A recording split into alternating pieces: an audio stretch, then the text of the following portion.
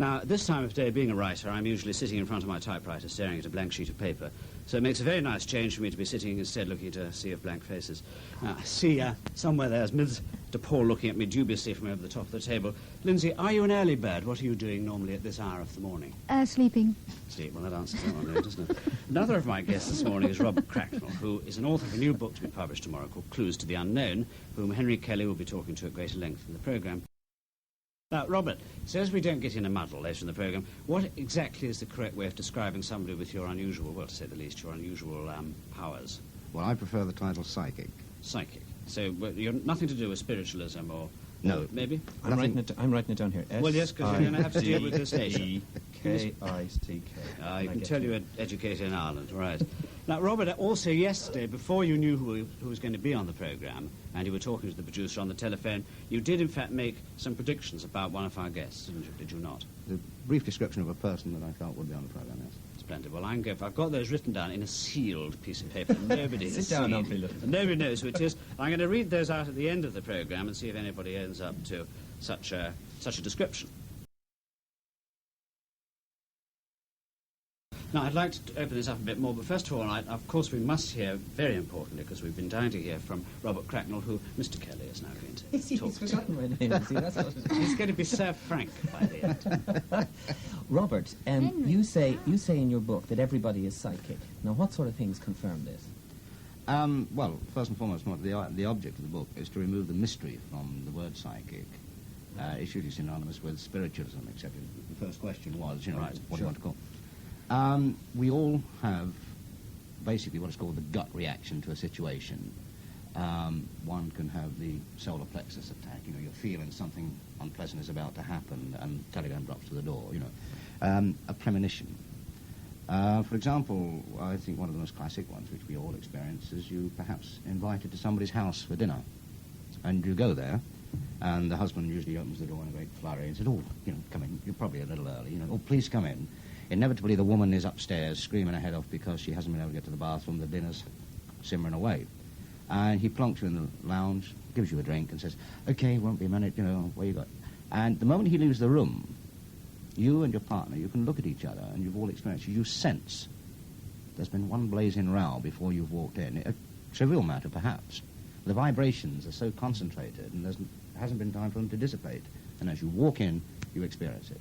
But that to me is you're saying that's psychic. I say that is at its crudest level, that is a psychic impression. Oh yes. All right. Anything more dramatic then? Because that to a lot of people, I think, would just be an ordinary human reaction and wouldn't be dressed up in the phrase psychic. But that's the importance of it.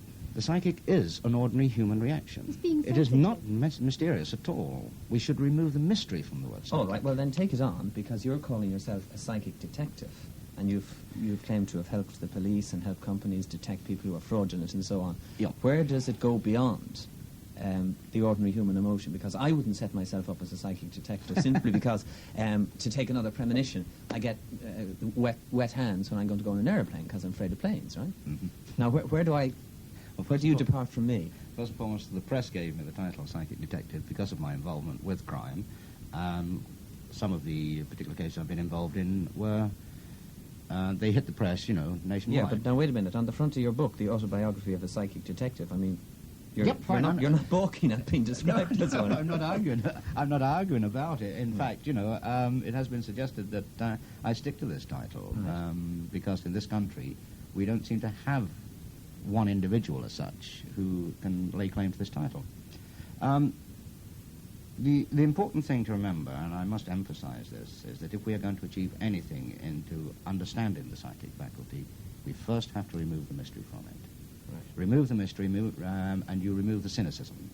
The majority of people, I think, are aware of some faculty which operates in moments of stress, moments of anxiety, and particularly where it's concerning someone close to them.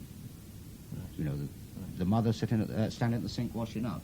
For no apparent reason, she suddenly realizes the child isn't around and dashes out to try and find where the child is, this rapport between them. But I set out to develop it purely and simply. Okay, because that, surely, the mother realizing the child isn't around, I mean, that's a received thought that comes into her head. Mm-hmm. But you seem to be claiming that a psychic detective or a psychic person, at your level, does positive things, actually sits down and thinks. Now, Yes. I'll accept that you're away from all these fellas in a dark room holding hands and saying, is there anybody on the other side? Right, that's... You, in fact, in your book say that many mediums in spiritualism are unconsciously fraudulent. Oh, yes, fraudulent. yes. So forget them. How do you go about it positively? I mean, can you give me an example, without quoting names or anything like that, of what you did, say, in a police case? Well, yes, let's take one case which is still very much open.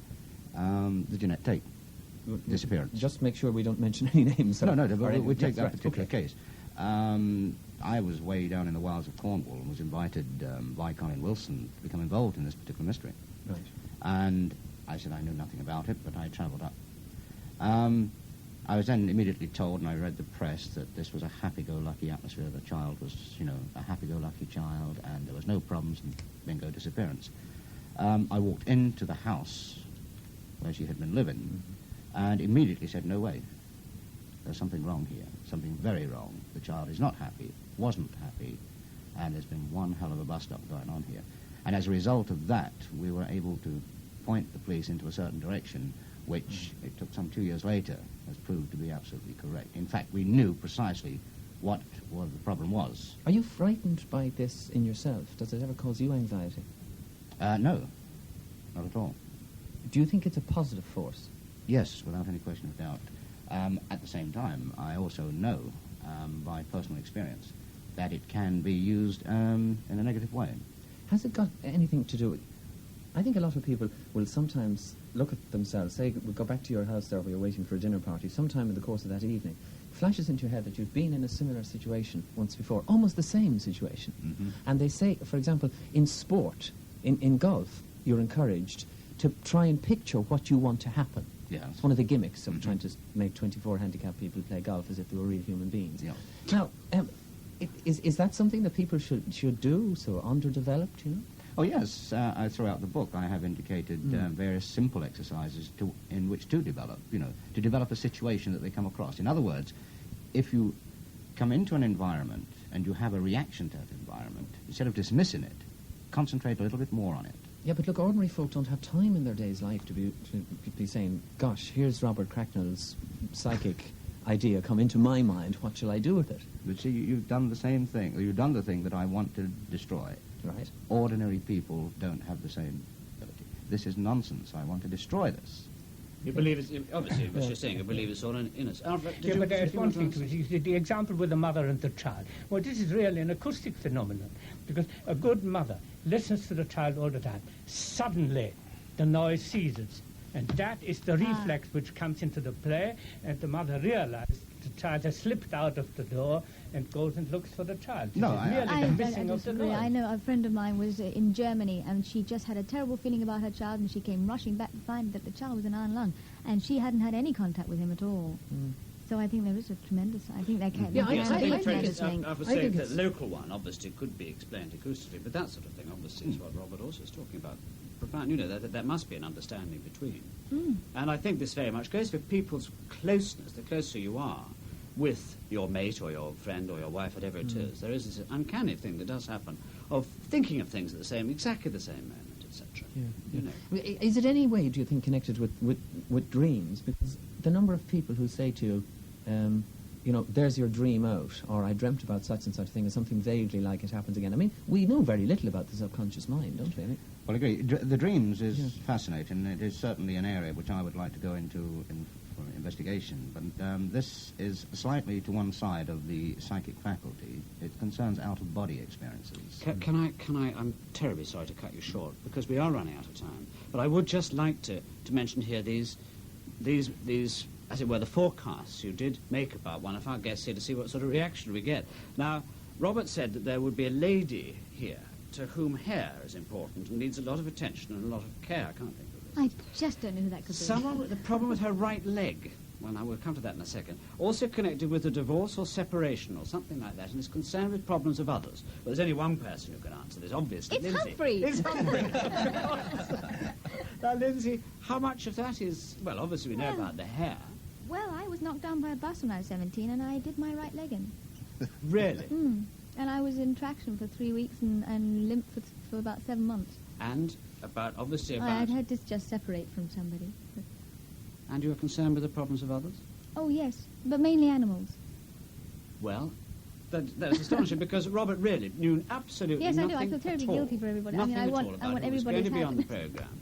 programme. So, take our word for it. That is a completely bona fide assessment. Well, I'm afraid time is running out, and that's all we have time from it. It's a pity there's so much more to be said. There always is when we've got such interesting people sitting around the table.